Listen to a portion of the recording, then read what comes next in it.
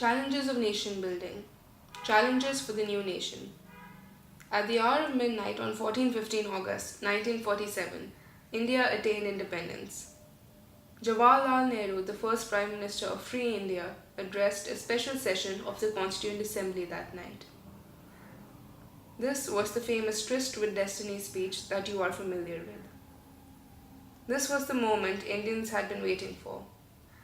You have read in your history textbooks that there were many voices in our national movement, but there were two goals almost everyone agreed upon. One, that after independence we shall run our country through democratic government. And two, that the government will be run for the good of all, particularly the poor and the socially disadvantaged groups. Now that the country was independent, the time had come to realize the promise of freedom. This was not going to be easy. India was born in very difficult circumstances. Perhaps no other country by then was born in a situation more difficult than that of India in 1947. Freedom came with the partition of the country. The year 1947 was a year of unprecedented violence and trauma of displacement. It was in this situation that independent India started on its journey to achieve several objectives. Yet the turmoil that accompanied independence did not make our leaders lose sight of the multiple challenges that faced the new nation.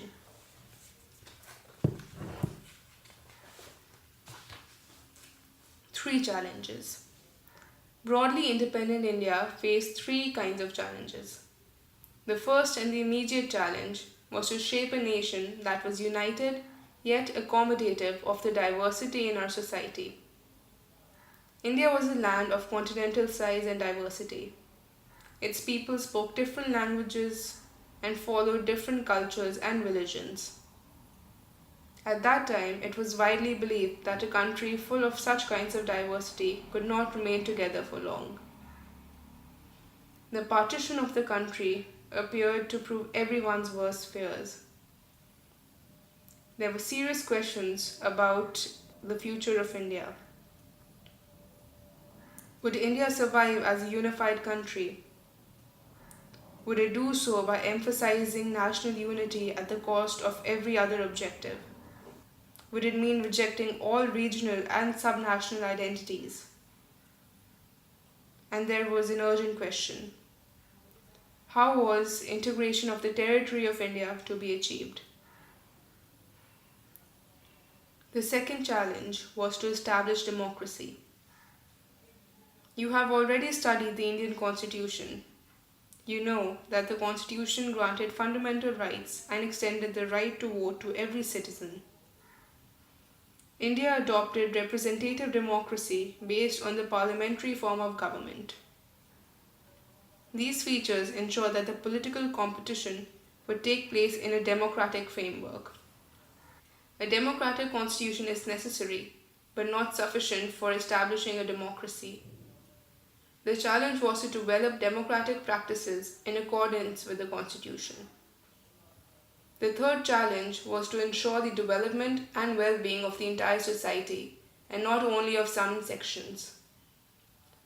Here again, the Constitution clearly laid down the principle of equality and special protection to socially disadvantaged groups and religious and cultural communities.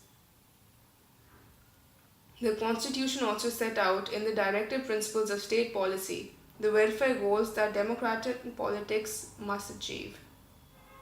The real challenge now was to evolve effective principles of economic development and eradication of poverty.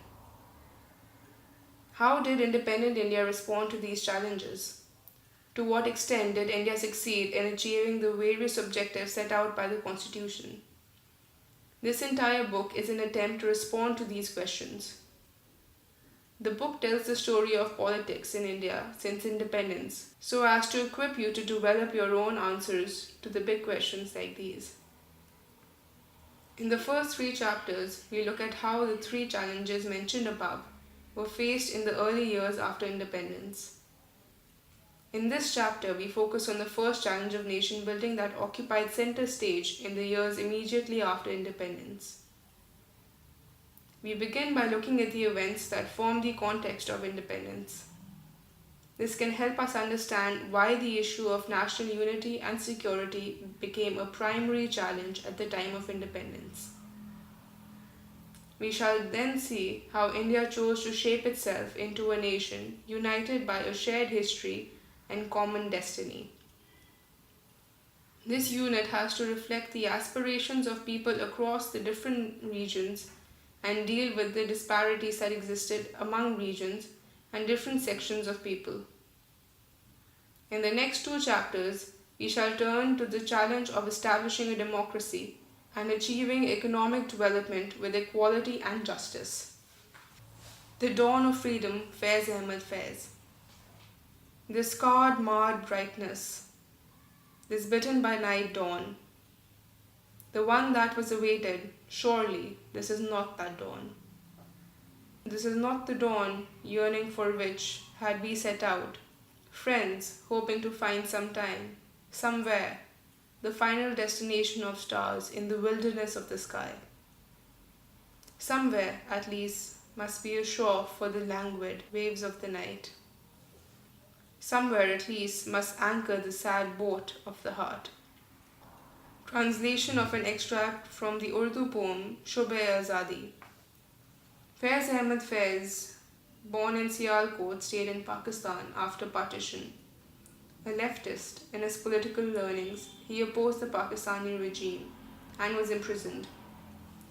Collections of his poetry include Naqsh-e-Faryadi, Dast-e-Saba, and Zindan-Nama, regarded as one of the greatest poets of South Asia in the 20th century. Today I call Waris Shah Amrita Pritam. Today I call Waris Shah, speak from your grave, and turn today the book of love's next affectionate page. Once a daughter of Punjab cried and you wrote a wailing saga. Today 1,000,000 daughters cry to you, Waris Shah, rise, O narrator of the grieving. Rise, look at your Punjab. Today fields are lined with corpses and blood fills the Jainab. Someone has mixed poison in the 5 rivers flow. Their deadly water is now irrigating our lands galore. The fertile land is spouting venom from every pore. The sky is turning red with endless cries of gore. The toxic forest wire screams from inside its wake, turning each flute's bamboo shoot into a deadly snake. Translation of an extract from a Punjabi poem, Aaj Akha Waris Shah Nu. Amrita Pritam, a prominent Punjabi poet and fiction writer, recipient of Sahitya Akademi Award, Padma Shri, and Jnanapeeth Award. After partition, she made Delhi her second home. She was active in writing and editing Nagmani, a Punjabi monthly magazine, till her last day. Muhammad Ali Jinnah, Presidential Address to the Constituent Assembly of Pakistan at Karachi, 11 August 1947. We should begin to work in that spirit and in course of time of all these angularities of the majority and minority communities, the Hindu community and the Muslim community, because even as regards Muslims, you have Pathans, Punjabis, Shias, Sunnis, and so on, and among the Hindus, you have Brahmins, Vaishnavas, Khatris, also Bengalis, Madrasis, and so on, will vanish. You are free. You are free to go to your temples, you are free to go to your mosques, or to any other place of worship in the state of Pakistan. You may belong to any religion or caste or creed. That has nothing to do with the business of the state. Jawaharlal Nehru, letter to Chief Ministers, 15 October 1947. We have a Muslim minority who are so large in numbers that they cannot, even if they want, go anywhere else. That is a basic fact about which there can be no argument. Whatever the provocation from Pakistan, and whatever the indignities and horrors inflicted on non-Muslims there, we have got to deal with this minority in a civilized manner. We must give them the security and the rights of citizens in a democratic state. If we fail to do so, we shall have a festering sore which will eventually poison the whole body politic and probably destroy it. Partition, Displacement and Rehabilitation. On 14-15 August 1947, not one but two nations came into existence, India and Pakistan. This was a result of partition, the division of British India into India and Pakistan. The drawing of the border, demarcating the territory of each country, marked the culmination of political developments that you have read about in the history textbooks. According to the two-nation theory advanced by the Muslim League, India consisted of not one but two people, Hindus and Muslims.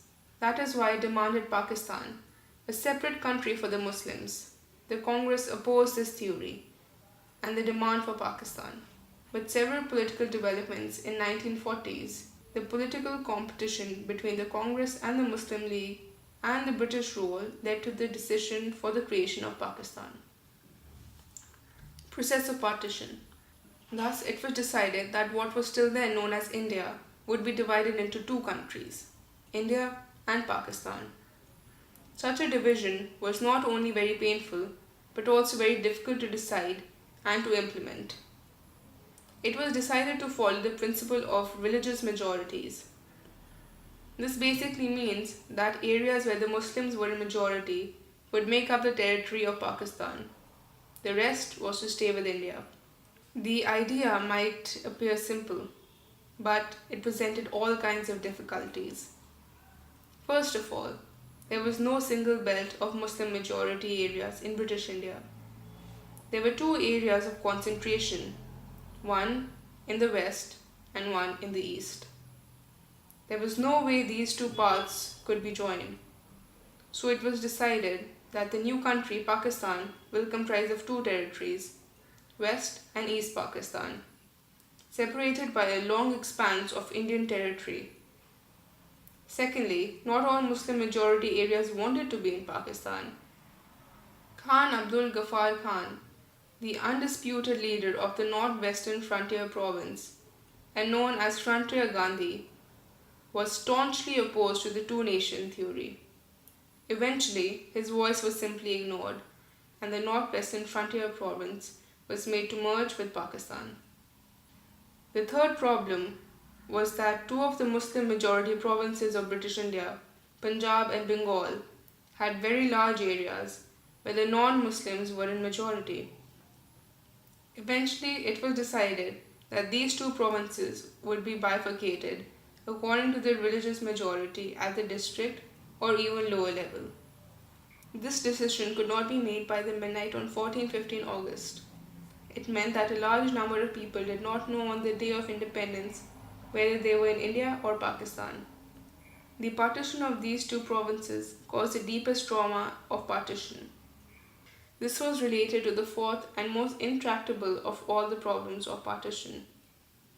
This was the problem of minorities on both sides of the border.